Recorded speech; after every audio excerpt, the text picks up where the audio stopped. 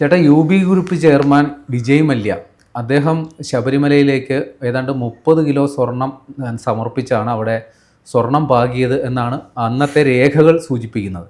പക്ഷേ പിന്നീട് 2019 ഈ ഉണ്ണികൃഷ്ണൻ പോറ്റി വന്ന് എടുക്കുമ്പോൾ ദേവസ്വം തന്നെ അദ്ദേഹത്തിന് കൈമാറിയതായിട്ടുള്ള രേഖയിൽ കൊടുക്കുന്നത് ചെമ്പുപാളി എന്നാണ്. അപ്പോൾ ഈ 99 കൊടുത്ത സ്വർണം 2019 വന്നപ്പോഴത്തേക്ക് ആ സ്വർണം ആവിയായി പോയി എന്നാണ് പറഞ്ഞ് മനസ്സിലാക്കേണ്ടത്. അല്ലെങ്കിൽ രണ്ടുപേരും കൂടി മനസ്സിലാക്കിക്കൊണ്ട് ബോധപൂർവം ഇങ്ങനെ ഒരു രേഖ സൃഷ്ടിച്ച് കൈമാറിയത് ചെമ്പുപാളിയാണെന്ന് വരുത്തി തീർക്കാൻ കൃത്യമായ ഗൂഢാലോചന നടന്നിട്ടുണ്ട്.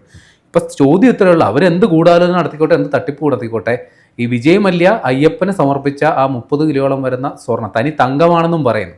അത് അയ്യപ്പൻ്റെ മുതലാണ്, അത് ദേവസ്വത്തിൻ്റെ മുതലാണ്. അയ്യപ്പനിൽ വിശ്വാസം അർപ്പിക്കുന്ന അല്ലെങ്കിൽ ഇവിടുത്തെ സാധാരണക്കാർക്ക് മൊത്തം അവകാശപ്പെട്ട സംഗതിയാണത്. അത് ചില അമ്പലം വിഴുങ്ങൾ മൊത്തത്തിൽ അങ്ങ് വിഴുങ്ങി എന്നല്ല ഇപ്പോൾ മനസ്സിലാക്കേണ്ടത്. പ്രേംലാൽ ചോദിച്ച ചോദ്യങ്ങൾക്ക് 1-2 ഉത്തരങ്ങളാണ് പറയേണ്ടത്. അത് ഒന്ന്, ഈ വിജയ് മല്യ കൊണ്ടുവന്ന സ്വർണം സ്വിറ്റ്സർലൻഡിൽ നിന്നാണ്. സംശുദ്ധമായ സ്വർണം ഇപ്പോൾ സ്വർണ്ണക്കട്ടി. അതെ, ആ ബാറ് സ്വിറ്റ്സർലൻഡിലാണ് ഏറ്റവും നല്ല സ്വർണം കിട്ടുന്നതെന്നാണ് വൈപ്പ്. മല്യക്ക് കൊണ്ടുവരാൻ കാരണം മല്യയുടെ പണം അല്ല എന്നാണല്ലോ പറയണേ. സ്വർണം വന്നു, മല്യ അവിടെ കൊണ്ടുപോയി കൊടുത്തു. പിന്നെ അതൊന്ന് നമ്മൾ സമ്മതിക്കുന്നു. ഇനിയിപ്പോൾ ഈ പ്രേംലാൽ പറഞ്ഞതല്ല, ഈ സ്വർണം ചെമ്പായ ഒരു പ്രക്രിയ, അതിനെക്കുറിച്ച് ഒരു വാക്ക് ഞാനൊന്ന് പറഞ്ഞോട്ടെ, വിഷയത്തിൽ നിന്ന് മാറിപ്പോണതല്ല.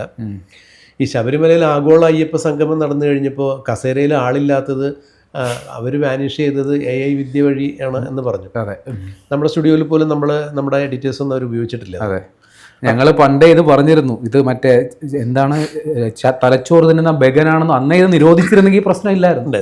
അപ്പോൾ ഇത്രത്തോളം ശാസ്ത്രീയ അവബോധം നമ്മുടെ കമ്മ്യൂണിസ്റ്റ് പ്രസ്ഥാനത്തിലെ ആളുകൾക്കുണ്ടെന്ന് അറിഞ്ഞാൽ നമുക്ക് സന്തോഷം. അതുപോലെ തന്നെ ശബരിമലയിലെ സ്വർണം കുറച്ച് വർഷങ്ങൾക്കുള്ളിൽ ചെമ്പായി മാറുന്നൊരു രാസപരിണാമം കണ്ടുപിടിച്ച് ദേവസ്വം ബോർഡ് പ്രസിഡന്റിനും കമ്മീഷണർക്കും അന്നത്തെ ദേവസ്വം മന്ത്രിയായിരുന്ന കടകംപള്ളി സുരേന്ദ്രനൊക്കെ നോബൽ സമ്മാനത്തിന് നമ്മൾ ശുപാർശ ചെയ്യേണ്ടതാണ്. അതെ, ഉറപ്പായിട്ടും. അപ്പോൾ ഇനി നമ്മൾ വിഷയത്തിലേക്ക് വരാം. ഇത് വിജയ് മല്യ 30 കിലോ സ്വർണം കൊടുത്തു. 31 എന്നും പറയുന്നുണ്ട്, 33 എന്നും പറയുന്നുണ്ട്. എന്തായാലും 30 കിലോ സ്വർണത്തിൻ്റെ അവിടെ നിർമ്മാണ പ്രക്രിയ നടത്തി എന്ന് ദേവസ്വം റെക്കോർഡ്സിൽ ഉണ്ട്. ഈ റെക്കോർഡ്സ് ഉണ്ടാക്കാൻ കാരണം ഈ മല്യ 1998-99 കാലഘട്ടത്തിലാണ് ഈ പണികളൊക്കെ അവിടെ ചെയ്യിക്കുന്നത്. ഇത് പണി കഴിഞ്ഞതിന് ശേഷം സെന്തിൽനാഥൻ എന്ന് പറയുന്ന അദ്ദേഹത്തിന് വളരെ വേണ്ടപ്പെട്ട ഒരാൾ അദ്ദേഹത്തെ കൊണ്ട് ഇൻസ്പെക്ട് ചെയ്തിട്ട്, അപ്രൈസർ കൂടിയാണ് അദ്ദേഹം, എത്രയൊക്കെ സ്വർണം എവിടെയൊക്കെ ഏതെല്ലാം നിർമ്മിതികൾക്ക് ഉപയോഗിച്ചിട്ടുണ്ട് എന്നുള്ളതിൻ്റെ കൃത്യമായ കണക്കും ഇതെത്ര കാലാവധി വരെ കേടുകൂടാതെ നിറം മങ്ങാതെ, അത് അന്തരീക്ഷമൊക്കെ ആയിട്ട് നേരിട്ട് സമ്പർക്കം ഉണ്ടാകുമ്പോൾ അങ്ങനെയുള്ള എന്തെങ്കിലും കാര്യങ്ങൾ കൊണ്ട് ഏതെങ്കിലും തരത്തിലിത് നിറം മങ്ങുകയാണെങ്കിൽ എത്ര കാലം വരെ അത് നിലനിൽക്കും എന്നൊക്കെയുള്ള കൃത്യമായ റിപ്പോർട്ട് UB ഗ്രൂപ്പിൽ കൊടുത്തിട്ടുണ്ടായിരുന്നു. സെന്തിൽനാഥനും അവിടെ ഉണ്ടായിരുന്ന ടെക്നീഷ്യൻസൊക്കെ കൂടി. ഈ റിപ്പോർട്ടിൻ്റെ ഒരു കോപ്പി 1999 ശബരിമല ദേവസന്നിധാനം സ്വർണ്ണ പൂശി സമർപ്പിക്കുന്നൊരു ചടങ്ങുണ്ടായിരുന്നു. നമ്മുടെ കേരളത്തിലെ എല്ലാ മാധ്യമം, കേരളത്തിന് തന്നെയല്ല, കേരളത്തിന് വെളിയിലുള്ള എല്ലാ ഇൻ്റർനാഷണൽ മാധ്യമങ്ങൾ ഉൾപ്പെടെ പല മാധ്യമങ്ങളും അവിടെ ഉണ്ടായിരുന്നു. ഈ നമ്മുടെ CPMൻ്റെ മുഖപത്രമായ ദേശാഭിമാനിയും അവിടെ ഉണ്ടായിരുന്നു. അന്ന് ദേശാഭിമാനിയുടെ ഫ്രണ്ട് പേജിലുമൊക്കെ വിജയ് മല്യയുടെ സ്വർണം പൂശൽ വാർത്ത വന്നിട്ടുണ്ടായിരുന്നു. അവിടെ ഇത് ദ്വാരപാല വിഗ്രഹത്തിലെ സ്വർണ്ണം ഇത്ര മറ്റേ സ്വർണ്ണം എന്നൊക്കെ പറഞ്ഞ് ഒരു വാർത്തയുണ്ടായിരുന്നു. ഈ റിപ്പോർട്ട് കൃത്യമായി ദേവസ്വം രേഖകളിലുണ്ട്. ഇത് രേഖ തപ്പിപ്പോണ്ട. നമ്മൾ പമ്പയിൽ ഇറങ്ങി ആ സന്നിധാനത്തിലേക്കുള്ള പടി കയറുന്ന വഴിയിൽ തന്നെ ഒരു വലിയ ഫലകം, വിജയ് മല്യയുടെ പേരിൽ ഒരു ഫലകം, ഇതെല്ലാം എഴുതി വെച്ചിട്ടുണ്ട്. അതെ, പിന്നെ രേഖ തപ്പിപ്പോണ്ട, അത് നോക്കിയാൽ മതിയല്ലോ. ഇനിയിപ്പോൾ ഈ പ്രേംലാൽ പറഞ്ഞ പോലെ ശബരിമലയിൽ വന്യമൃഗങ്ങളൊക്കെ ഇറങ്ങുന്ന സ്ഥലമാണ്. ആന തന്നെ കഴിഞ്ഞ സീസണിൽ അവിടെ ഇടഞ്ഞു ഓടുകയൊക്കെ ഉണ്ടായി. ഇനിയിപ്പോൾ അല്ലെങ്കിൽ തന്നെ ആനയും പുലിയൊക്കെ ഇറങ്ങുന്ന സ്ഥലമാണല്ലോ. ഏതെങ്കിലും ആന വിജയ് മല്യയോട് വിരോധമുള്ള ഏതെങ്കിലും ആന ചവിട്ടിപ്പൊളിച്ച് കളഞ്ഞിട്ടുണ്ടെങ്കിൽ പിന്നെ ആ രേഖ പോയെന്ന് വിചാരിക്കാം. എന്തായാലും ശബരിമലയുടെ സ്ട്രോങ് റൂമിൽ, ആറന്മുള സ്ട്രോങ് റൂമിൽ ഇരിക്കുന്ന രേഖകളിലൊക്കെ എന്തായാലും ഇത് ഉണ്ടാവുമല്ലോ. അവിടെ ആനയ്ക്ക് കയറി ചെല്ലാൻ പറ്റില്ല. അവിടെ കയറുന്നത് വെള്ളാനകളായിരിക്കും. അതെ അതെ അതെ, താപ്പാനകൾ അവരായിരിക്കണം ഈ രേഖ കണ്ടിട്ടും കണ്ടില്ല എന്ന് നടിക്കുകയോ അല്ലെങ്കിൽ ഈ രേഖ നമുക്ക് ദൂഷ്യമാകും എന്ന് കണക്കാക്കിയിട്ട് നശിപ്പിക്കാനും സാധ്യത ഉള്ളതൊക്കെ അവരെയാണ്. എന്തായാലും ഇപ്പോൾ പറഞ്ഞു വന്ന വിവരം, നമ്മൾ ശബരിമലയിൽ സ്വർണം ചെമ്പായിപ്പോയി. അത് 1-2 കിലോഗ്രാം അല്ല. ഇനിയിപ്പോൾ എന്തൊക്കെ അവിടെ വിജയ് മല്യ നിർമ്മിച്ച് കൊടുത്തിട്ടുണ്ടോ അതിലെന്തൊക്കെ അവശേഷിക്കുന്നുണ്ട് എന്നുള്ളൊരു കമ്മീഷനെയാണ് ഇപ്പോൾ ബഹുമാനപ്പെട്ട ഹൈക്കോടതി വെച്ചിരിക്കുന്നത് നമുക്ക് തോന്നുന്നത്. അല്ല, ഇതിൻ്റെ കേസുമായി ബന്ധപ്പെട്ടുള്ള വാർത്തകൾ വായിക്കുമ്പോൾ എനിക്ക് മനസ്സിലാകുന്നത് ഈ ദേവസ്വത്തിൻ്റെ അധികൃതർ, ഉണ്ണികൃഷ്ണൻ പോറ്റി അവിടെ എല്ലാ മാസവും സന്ദർശകനാണ്. കാരണം അദ്ദേഹത്തിന് വേറെ ചില ബിസിനസ്സുകളൊക്കെ ഉണ്ട്. പല ഭക്തശിരോമണികളുടെ കയ്യിൽ നിന്നൊക്കെ നെയ്യൊക്കെ വാങ്ങിക്കൊണ്ട് വന്ന് ഇവിടെ വന്ന് അഭിഷേകം നടത്തി അവർക്ക് എത്തിച്ചു കൊടുത്ത് അങ്ങനെ ചില്ലറ മേടിക്കലാണ് ഇയാളുടെ മെയിൻ പരിപാടി. മറ്റു പല പൂജാ പരിപാടികൾ ഇയാൾ ഇടപെട്ട് നടത്തുന്നുണ്ട്. പക്ഷേ അയാൾ വരുന്ന ആളെ ഈ ദേവസ്വം അധികൃതർ ചെന്ന് കണ്ടിട്ട് ഇങ്ങനെ പറയും, ഇവിടുത്തെ ദ്വാരപാലക ശില്പത്തിൻ്റെ നിറം മങ്ങിപ്പോയി, പടിവാതിലിൻ്റെ നിറം മങ്ങിപ്പോയി, ഒന്ന് പൂശിത്തരുമോ. അങ്ങനെ ഇയാൾ ഞാൻ ഏറ്റു, എന്തുണ്ടെങ്കിലും ഞാൻ ഏറ്റു എന്നിട്ട് പറഞ്ഞ് ഇയാൾ പോയി ഇയാളുടെ ബന്ധത്തിലുള്ള കോടീശ്വരന്മാരായ ഭക്തരെ കണ്ടിട്ട് പറയും, ദേ ശബരിമലയിൽ ഇങ്ങനെ പ്രശ്നമുണ്ട് എന്ന് പറഞ്ഞുകൊണ്ട് നിരന്തരം എന്ത് സംഭവം ഉണ്ടെങ്കിലും ആദ്യം ദേവസ്വം സമീപിക്കുന്ന ഉണ്ണികൃഷ്ണൻ പോറ്റിയാണ് പോലും. ഈ പറയുന്ന ദ്വാരപാലക ശില്പവും അല്ലെങ്കിൽ വാതിൽപ്പടിയുടെ നിറം മങ്ങി എന്ന പേരിൽ ദേവസ്വം അധികൃതർ സമീപിച്ചിട്ടാണ് ഉണ്ണികൃഷ്ണൻ പോറ്റി ഞാൻ ഏറ്റുകൊള്ളാം എന്ന് പറഞ്ഞ് വാഗ്ദാനം കൊടുത്ത് ഇതൊക്കെ ഏറ്റുകൊണ്ട് പോയെന്നാണ് പറയുന്നത്. ഒരു സ്പോൺസറുടെ റോളാണ് അയാൾ ചെയ്തേക്കുന്നത്. അതെ, അവിടെ ഒരു വിരോധാഭാസം ഉള്ളതൊന്ന് പറയട്ടെ. ശബരിമലയിൽ ഇയാൾ ബംഗളൂരുവിലെ ഒരു ശ്രീരാംപൂർ എന്ന് പറഞ്ഞൊരു സ്ഥലത്ത് ഒരു ക്ഷേത്രത്തിലെ മേൽശാന്തിയായിരുന്നു.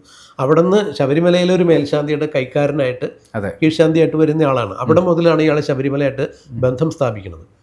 ശബരിമലയിൽ വമ്പൻ പണക്കാർ വരണത്, ധനാഢ്യന്മാർ വരണത് എവിടെ നിന്നാണ്, അവരെന്തൊക്കെ ചെയ്യണു, അവരുടെ ഒരു ഇടനിലക്കാരനായിട്ട് എപ്പോഴും ശബരിമലയിൽ അയ്യപ്പനും ഇവർക്കും ഇടയിൽ, പുരോഹിതനല്ല ഇങ്ങോരുണ്ടായിരുന്നു, ദേവസ്വം ബോർഡിൻ്റെ ഇടയിലും ഉണ്ടായിരുന്നു. ഞാൻ മറ്റൊരു ചോദ്യം ഇവിടെ പറയണത്, ശബരിമലയിലെ ആസ്തി എന്ന് പറയുന്നത് നമുക്ക് ഗണിക്കാൻ പറ്റണില്ല. അത്ര കോടികളുടെ വരുമാനമാണ് എല്ലാ സീസണിലും ഈ പുറത്തു വരുന്ന രേഖകൾ പ്രകാരം. അല്ലാതെ എത്ര കോടികൾ മുക്കുന്നുണ്ടെന്നുള്ളത് മാറ്റിവെക്കാം. അതെ, പുറത്തു വരുന്ന കണക്കനുസരിച്ച് കോടികളുടെ വരുമാനമാണ്. മിനിമം 100 കോടി കഴിയും. ആയിക്കോട്ടെ, 100 അല്ല പ്രേമലല്ലേ, അതല്ല 41 ദിവസത്തെ കാര്യമാണ്. 300-400 കോടി രൂപ ഒരു സീസണിൽ പിരിയുന്നുണ്ട്. എത്ര ചെലവ് കഴിഞ്ഞാലും നീക്കിയിരിപ്പ് പ്രേംലാൽ പറഞ്ഞ തുകയുണ്ടാവും. മനസ്സിലായോ? അതെ അതെ അതെ, മിച്ചം. അപ്പൊ ഈ ഇത്രയും ആസ്തിയുള്ളൊരു ക്ഷേത്രത്തിന് എന്തെങ്കിലും ചില മരാമത്ത് പണികൾ നടത്തണം എന്നുണ്ടെങ്കിൽ എന്തിനാണ് ഇങ്ങനെയുള്ളൊരു ഇടനിലക്കാരെ അന്വേഷിക്കുന്നത് ദേവസ്വം? ഈ ഭഗവാന്റെ സ്വത്തിനെയാണല്ലോ നമ്മൾ ദേവസ്വം, ദേവന്റെ സ്വത്തിനെയാണല്ലോ ദേവസ്വം എന്ന് വിശേഷിപ്പിക്കുക. അത് ഇത്തരം കാര്യങ്ങൾക്ക് വേണ്ടി വിനിയോഗിക്കാനുള്ളതാണല്ലോ. അതിനാണല്ലോ ദേവസ്വം ബോർഡും സർക്കാരും ഒക്കെ ഉള്ളത്. അങ്ങനെയാണ് എന്നുണ്ടെങ്കിൽ തിരുപ്പതി ദേവസ്വത്തിന്റെ ഒക്കെ നിർമ്മാണ പ്രക്രിയയൊക്കെ അങ്ങനെ തന്നെയാണ്. അവിടെ സ്പോൺസേഴ്സ് ഉണ്ടില്ല എന്നല്ല പറയുന്നത്. പക്ഷെ അവരാരും സ്പോൺസേഴ്സിന് അങ്ങോട്ട് പോയി സമീപിക്കുന്നില്ല. ഇവിടെ ശബരിമലയിൽ വരുന്ന ഓരോരോ ഭക്തൻ്റെ അടുത്ത് ഇവരിങ്ങനെ ചോദിക്കുന്നുണ്ട് എന്ന് വേണ്ട നമ്മൾ മനസ്സിലാക്കാൻ. അങ്ങനെയാണ് എന്നുണ്ടെങ്കിൽ ഈ ദേവന്റെ സ്വത്തൊക്കെ അവിടെ തന്നെ ഉണ്ടാകണ്ടേ? ഈ ദേവന്റെ സ്വത്ത് പരിപാലിക്കുന്നതിന് അല്ലെങ്കിൽ ദേവകാര്യങ്ങൾ ദേവപ്രീത്യർത്ഥം നടത്തുന്നതിന് വേണ്ടിയാണല്ലോ ഒരു ബോർഡും അതിന് ചില അധികാരികളൊക്കെ. അല്ലാതെ പമ്പയിൽ വന്ന് തീർത്ഥഘട്ടത്തിൽ വന്ന് അവർ കുളിച്ച് ഊണ് കഴിച്ച് ശബരിമലയിൽ കയറി വെടിവഴിപാട് നടത്താൻ വേണ്ടിയിട്ടല്ലല്ലോ ഇവരെ ആരെയും നമ്മൾ നിയമിച്ചേക്കണേ, അല്ലല്ലേ? ഈ സർക്കാരിൻ്റെ കാറും സൗകര്യങ്ങളൊക്കെ കൊടുത്ത് നടത്തിയത് ഇതിന് വേണ്ടിയിട്ടല്ലേ, അല്ലാണ്ട് നാട് നീളെ വെടിവഴിപാട് കഴിച്ച് നടത്താൻ വേണ്ടിയിട്ടല്ലല്ലോ ഇവർ നിയോഗിച്ചേക്കണത്. അപ്പോൾ ഈ കാര്യങ്ങൾ നോക്കി നടത്താനുള്ള ചുമതല ഇവർക്കാണ്. പിന്നെ അങ്ങനെയാണെങ്കിൽ ഏതെങ്കിലും സ്പോൺസേഴ്സിന് അങ്ങോട്ട് പോയി കാല് പിടിച്ച് ചെയ്യിക്കേണ്ട കാര്യം എന്താണ്? അതിലൊരു കള്ളത്തരമുണ്ട്, അല്ലെങ്കിൽ അതിലൊരു സ്വാർത്ഥ ലാഭത്തിൻ്റെ കള്ളക്കണ്ണുണ്ട്. അല്ല എന്നുണ്ടെങ്കിൽ ഇപ്പോൾ ഞാനോ പ്രേംലാലോ പോലുള്ള ആളുകൾ അല്ലെങ്കിൽ ഏത് അയ്യപ്പ ഭക്തൻ അവിടെ ചെല്ലട്ടെ, ഞാൻ ശബരിമലയിലേക്ക് ഇന്നതൊന്ന് ചെയ്യാൻ ഉദ്ദേശിക്കുന്നുണ്ട്, അതിനെനിക്ക് അവസരമുണ്ടോ എന്ന് ചോദിക്കുന്നുണ്ടെങ്കിൽ നിഷേധിക്കേണ്ട കാര്യമില്ല. പ്രേംലാൽ പറഞ്ഞതുപോലെ ശബരിമല സന്നിധാനത്തിലെ ഒരു നിരന്തര നിത്യസന്ദർശകനാണ് ഉണ്ണികൃഷ്ണൻ പോറ്റി. അപ്പോൾ ഉണ്ണികൃഷ്ണൻ പോറ്റിയെ കാണുമ്പോൾ ഇവർക്കില്ലാത്ത ആവശ്യങ്ങളാണ്. അയ്യപ്പൻ്റെ ഉടയാട ചീത്തയായിട്ടുണ്ട്. ഇവർക്ക് ആവശ്യം ഉണ്ടാകേണ്ടത് ഉണ്ണികൃഷ്ണൻ പോറ്റിയുടെയും കൂടി ആവശ്യമാണ്. അപ്പോൾ ഇത് ശരിക്കും പറഞ്ഞാൽ ഇത്തരം ആവശ്യങ്ങൾ ഇവരവിടെ ഉണ്ടാക്കുകയാണ്. അല്ല എന്നുണ്ടെങ്കിൽ 40 വർഷക്കാലം ഇത് ഒരു കേടുപാടും കൂടാതെ നിലനിൽക്കും എന്ന് സെന്തിൽനാഥൻ ഉൾപ്പെടെയുള്ള ആളുകൾ UB ഗ്രൂപ്പിന് കൊടുത്ത റിപ്പോർട്ടിലുണ്ട്. അത് തിരുവിതാംകൂർ ദേവസ്വം ബോർഡിൻ്റെ റിപ്പോർട്ടിലുമുണ്ട്. എങ്ങനെയാണ് സ്വർണത്തിന് മങ്ങൽ പറ്റ സ്വർണ്ണം എങ്ങനെ കളറ് കറുത്ത വർണ്ണമായി പോവുക? നിറമങ്ങാത്ത ലോഹം എന്നല്ലേ നമ്മൾ സ്വർണത്തെക്കുറിച്ച് പഠിച്ചേക്കുന്നത് തന്നെ. തുരുമ്പ് പിടിക്കില്ല, ദ്രവിക്കില്ല. പിന്നെ ഏതെങ്കിലും കാലപ്പഴക്കം കൊണ്ട് സ്പർശം കൊണ്ട് വേണമെങ്കിൽ ഈ ഓക്സൈഡുകളൊക്കെ വേണമെങ്കിൽ ഒന്ന് ബാധിക്കാം. നമ്മുടെ ശരീരത്തിൽ അണിഞ്ഞാലും കുറച്ച് നാൾ കഴിയുമ്പോൾ വേണമെന്നുണ്ടെങ്കിൽ അഴുക്കുകളൊക്കെ ഉണ്ടാകും. അതൊന്ന് ഈ പറഞ്ഞ ക്ലീൻ ചെയ്ത് കഴിഞ്ഞാൽ അത് മാറാവുന്ന കാര്യമുള്ളൂ.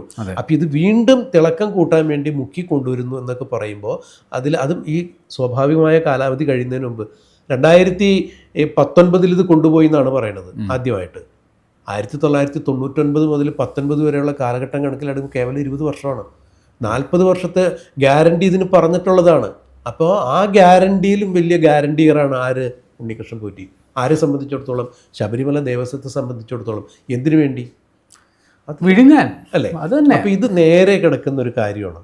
ഇതിൽ കൃത്യമായ കള്ളക്കളി ഉണ്ടായിട്ടുണ്ട്. ഇപ്പോൾ നമ്മൾ പറഞ്ഞു വന്നത് ദേവസ്വത്തിൻ്റെ രേഖകളിൽ സ്വർണം എന്നുള്ള രേഖയുണ്ട്, ഇത്ര സ്വർണ്ണം ഇന്ന അളവിൽ ഇന്ന നിർമ്മിതികൾക്ക് ഉപയോഗിച്ചിരിക്കുന്നു എന്ന് റിപ്പോർട്ടുള്ളപ്പോൾ എന്തുകൊണ്ടാണ് പത്മകുമാറും നമ്മളുടെ ദേവസ്വം കമ്മീഷണറായ എൻ വാസു ഒക്കെ ഇത് ചെമ്പാണ് എന്ന് പറഞ്ഞ് ഒപ്പിട്ട് അവിടെ വച്ചിട്ട്? അല്ല ചേട്ടാ, എൻ്റെ ഒരു സംശയം, ഇനിയിപ്പോൾ ഉണ്ണികൃഷ്ണൻ പോറ്റിയെ നമ്മൾ ഈ കേസും പറഞ്ഞ് അറസ്റ്റ് ചെയ്ത് തന്നെ ഇരിക്കട്ടെ, ഇയാൾക്ക് ഈ രേഖ കാണിച്ച് നൈസായിട്ട് ഊരിപ്പോകാമല്ലോ, എനിക്ക് കിട്ടിയ ചെമ്പാണ്, രേഖയുണ്ട് എന്ന് പറഞ്ഞ കഥ കഴിഞ്ഞില്ലേ? അത് തന്നെയാണ് അതിലൊരു പോയിന്റ്. കാരണം ദൃശ്യം എന്ന സിനിമ ഓർമ്മയുണ്ടല്ലോ അല്ലേ? അതെ. അതിൽ എല്ലാവരോടും ചോദ്യം ചോദിക്കും, നിങ്ങൾ ഈ ഇന്ന തീയതി എവിടെയായിരുന്നു? ഞങ്ങൾ പാറേപ്പള്ളി ധ്യാനത്തിന് പോയി. അപ്പൊ ഉണ്ണികൃഷ്ണൻ പോറ്റി പിടിക്കാൻ എനിക്ക് ചെമ്പുപാളി തന്നു. ദേവസ്വത്തിലെ രേഖകളിൽ ചെമ്പുപാളി. സ്മാർട്ട് ക്രിയേഷൻസ് ചെന്നൈയിൽ ചെന്നപ്പോൾ ഞങ്ങൾക്ക് കിട്ടിയത് ചെമ്പുപാളി. അതെ. അപ്പൊ ഇതെല്ലാവരും പാറേപ്പള്ളി ധ്യാനത്തിന് പോയ ഒരു സംഭവം അവിടെ വന്നില്ലേ? അപ്പൊ ഉണ്ണികൃഷ്ണൻ പോറ്റി അവസാനം ഇങ്ങനെ കൂടി പറയും, ആ രഹസ്യം എന്നോടൊപ്പം മണ്ണടിഞ്ഞു പോട്ടെ. അതെ. പക്ഷെ ഈ രഹസ്യം മാന്തി തുടങ്ങി. കാരണം അയ്യപ്പൻ്റെതായിട്ടുള്ള ചില കളികളാണ്. അതാണ് ഈ ഇമെയിൽ രൂപത്തിൽ ഇപ്പോൾ വിജിലൻസിന്റെ കയ്യിൽ കിട്ടിയിരിക്കുന്നത്. പക്ഷെ അതിൽ മറ്റൊരു നീക്കം കൂടി നമ്മൾ മനസ്സിലാക്കേണ്ടത്, ഏതെങ്കിലും കാരണവശാൽ എന്തെങ്കിലും പിടികൂടുകയാണെന്നുണ്ടെങ്കിൽ ഞാൻ മാത്രമല്ല അടപെടൽ എല്ലാവരും പോരട്ടെ എന്നുള്ളൊരു ഉദ്ദേശത്തോടു കൂടി തന്നെ ആയിരിക്കും ഈ പോറ്റി. ഒരു പക്ഷേ പോറ്റിക്കും ലീഗൽ അഡ്വൈസേഴ്സ് ഒക്കെ ഉണ്ടാവുമല്ലോ, കാഞ്ഞ ബുദ്ധിയല്ല, അല്ലെങ്കിൽ ഇമ്മാതിരി പരിപാടി ഒപ്പിക്കും. അതെ, നമ്മളെ കൊണ്ട് ചിന്തിക്കാൻ പറ്റുന്ന കാര്യം. അതെ. അപ്പോൾ നോക്കണം, ഒരു അമ്പലത്തിൻ്റെ കാര്യങ്ങൾ ഏൽപ്പിക്കുന്ന ആൾ ഭക്തസമൂഹം അല്ല എന്നുള്ളത് തന്നെ അതിൽ വിരോധാഭാസമാണ്. അതെ. ദേവൻ്റെ കാര്യങ്ങൾ നോക്കി നടത്തണം എന്നുണ്ടെങ്കിൽ ദേവൻ ആരാണ് എന്താണെന്ന് അറിയാത്ത ഒരാൾക്ക് എങ്ങനെയാണ് അത് കൃത്യമായിട്ട് ദേവപ്രീത്യർത്ഥം എങ്ങനെ അറിയാൻ പറ്റും? എല്ലാം ദേവപ്രീത്യർത്ഥമാണ് നടത്തേണ്ടത് എല്ലാ ക്ഷേത്രങ്ങളിലും. അപ്പം പ്രീതി എന്താണെന്ന് അറിയാത്തവൻ എങ്ങനെ പ്രീത്യർത്ഥം പ്രവർത്തിക്കാൻ പറ്റും? അതില്ലാത്തവനെ സംബന്ധിച്ചിടത്തോളം അത് വെറും കമനീയമായൊരു ശില്പമാണ്. അപ്പോൾ ഒരു കരിങ്കൽ ശില്പത്തിന് എന്തിന് സ്വർണ്ണപ്പാളി, എന്തിന് സ്വർണ്ണപാത്രം ഇല്ലേ? സന്ധ്യക്ക് എന്തിന് സിന്ദൂരം എന്ന് ചോദിച്ചാൽ അതെ, അതിന് കുറച്ചും കൂടി വേണമെന്നുണ്ടെങ്കിൽ നമുക്ക് മാറ്റി പറയാം. കാരണം സന്ധ്യ സ്വതവേ അത്ര അഴകാണ്. ഇത് നിർജീവമായിരിക്കുന്ന ഒരു വസ്തുവിന്, കരിങ്കൽ ശില്പത്തിന് എന്തിനാണ് സ്വർണത്തിന്റെ ആഭരണം? സ്വർണ്ണം പിന്നെ വിഴുങ്ങല്ലേ? അപ്പൊ പിന്നെ അതിന്റെ ആവശ്യമില്ല. അപ്പൊ മനുഷ്യരായ നമുക്കാണ് അതുകൊണ്ട് ആവശ്യം എന്നുള്ള കൺസെപ്റ്റിൽ വരുന്ന ആളുകളെ സംബന്ധിച്ചിടത്തോളം അത്തരം ആളുകൾ ഇങ്ങനെയുള്ള സ്ഥാപനങ്ങളിൽ കയറി ഇറങ്ങി നിരങ്ങുക. വാക്കുകളിൽ ഏതെങ്കിലും തരത്തിൽ ഒരു സംസ്കാര ശൂന്യത ഉണ്ടെങ്കിൽ ക്ഷമിക്കുക. അപ്പം ഇത് തന്നെയാണ് അവിടെ നടന്നിരിക്കുന്നത്. മനഃപൂർവ്വം കരുതിക്കൂട്ടി പാറേപ്പള്ളിയിലെ ധ്യാനത്തിൻ്റെ കഥയുണ്ടാക്കിയതിൽ ഉപരിയായി ഒരുപക്ഷെ ജിത്തു ജോസ് ഇതൊക്കെ നേരത്തെ അറിഞ്ഞിട്ടാണോ ഇങ്ങനൊരു തിരക്കഥ ഉണ്ടാക്കിയെന്ന് നമുക്കറിയില്ല. അപ്പം അതുപോലെയാണ് ഇങ്ങനെയൊരു സംഭവം ഉണ്ടാക്കി വെച്ചേക്കണം. എന്തായാലും ഇവരെല്ലാവരും കൂടി അറിഞ്ഞിട്ടുള്ളൊരു മാസ്റ്റർ പ്ലാനാണ്. അല്ല എന്നുണ്ടെങ്കിൽ ഒരു പ്രാവശ്യമെങ്കിലും ശബരിമലയിൽ ആ റെക്കോർഡ്സ് എടുത്ത് ഈ ദേവസ്വം പ്രസിഡന്റ് ഒന്ന് വായിച്ച് നോക്കണ്ടല്ലേ? ഞാൻ അധികാരത്തിൽ വരുമ്പോൾ ഇവിടെ എന്തൊക്കെയാണ് ഉള്ളത്, എന്തൊക്കെ ഇവിടെ നടന്നിട്ടുള്ളത്, മുൻകാലത്തിലൊരു ചരിത്രം എല്ലാവരും ഒന്ന് പരിശോധിക്കൂലേ? നമ്മളൊരു സ്കൂളിലേക്ക് ഒരു കുട്ടിയെ കൊണ്ടുചെല്ലുന്നതിനും ആ സ്കൂളിൻ്റെ ഒരു പശ്ചാത്തലം നമ്മളൊന്ന് ശ്രദ്ധിക്കൂലേ? ഉറപ്പായിട്ടും. എന്ന് പറഞ്ഞ പോലെ ഉത്തരവാദിത്തപ്പെട്ട സ്ഥാനത്തിരിക്കുന്ന ഒരാളല്ലേ. കോടിക്കണക്കിന് രൂപ വരുന്ന ഒരു സ്ഥാപനം, കോടിക്കണക്കിന് രൂപയുടെ നീക്കിയിരിപ്പുണ്ട്, കോടിക്കണക്കിന് വസ്തുവകൾ, സ്വർണ്ണം, രത്നം, വെള്ളി, ഇതിനൊക്കെ ഇയാൾ മറുപടി പറയേണ്ടതായി വരില്ലേ? നടുക്കണ്ട എനിക്ക് കിട്ടുമ്പോൾ പിന്നെ ചോദിക്കേണ്ട കാര്യമുണ്ടോ? അതെ. അപ്പോൾ ഇതെന്തുകൊണ്ടാണ് ഈ രേഖകൾ പരിശോധിക്കാതെ കണ്ണടച്ച് ഒപ്പിട്ട് കൊടുത്തത്? തിരുവാഭരണം കമ്മീഷണറുടെ തലയിൽ വെച്ച് രക്ഷപ്പെടാമെന്ന് വിചാരിക്കണേ. അപ്പോൾ അതും ഒരു പ്രീ പ്ലാൻഡ് ആയിട്ടുള്ളൊരു സ്റ്റോറിയാണ്. കാരണം ഞാനിത് ചെയ്തത് തിരുവാഭരണം കമ്മീഷണറുടെ ഒരു അനുമതിയോട് കൂടിയാണ്. അങ്ങനെയെങ്കിൽ എന്നെ മാത്രം നിങ്ങളിതിൽ ഉൾപ്പെടുത്തേണ്ട, അദ്ദേഹമുണ്ട്. പോറ്റിയും ചെയ്തത് തന്നെയാണ്. ഇമെയിൽ അയക്കുക വഴി ദേവസ്വം ബോർഡിന് എന്തെങ്കിലും കാരണവശാൽ തനിക്ക് പിടിവീഴുകയാണെങ്കിൽ ദേവസ്വം ബോർഡ് ഇതിൽ ഉൾപ്പെട്ടിരിക്കണം. എന്തായാലും പ്രേംലാൽ ആദ്യം ചർച്ച തുടങ്ങിയപ്പോൾ പറഞ്ഞതുപോലെ ഈ രാസപരിണാമം നടന്നിരിക്കുന്നു. സ്വർണം അവിടെ ചെമ്പായി മാറിയിരിക്കുന്നു. ഈ ചുരുങ്ങിയ വർഷം കൊണ്ട് സ്വർണം സമ്പൂർണ്ണമായി ചെമ്പായി മാറും എന്ന് കണ്ടുപിടിച്ച് ദേവസ്വം അധികൃതർക്കും ദേവസ്വം മന്ത്രിയായിരുന്ന കടകംപള്ളി സുരേന്ദ്രനൊക്കെ നോബൽ സമ്മാനത്തിന് നമുക്ക് രസതന്ത്രത്തിനുള്ള ശുപാർശ ചെയ്യാം. ഓക്കെ.